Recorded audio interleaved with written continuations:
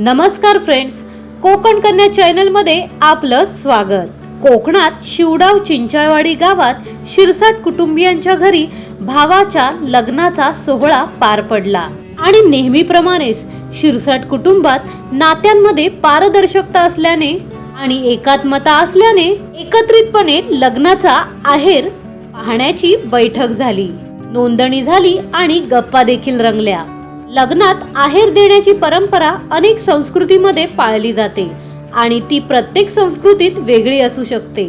काही संस्कृतीमध्ये लग्नात पैसे दिले जातात, तर काही संस्कृतींमध्ये भेटवस्तू देणे अधिक महत्त्वाचे मानले जाते।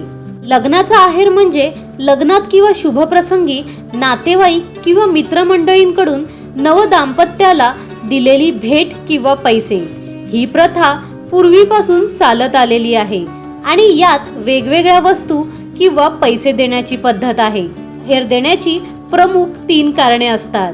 एक, आर्थिक मदत, म्हणजेच पूर्वीच्या काळी लोक लग्नात गृहोपयोगी वस्तू आहेर म्हणून देत असत, जेणेकरून नवदाम्पत्याला नवीन घर सुरू करताना मदत होईल।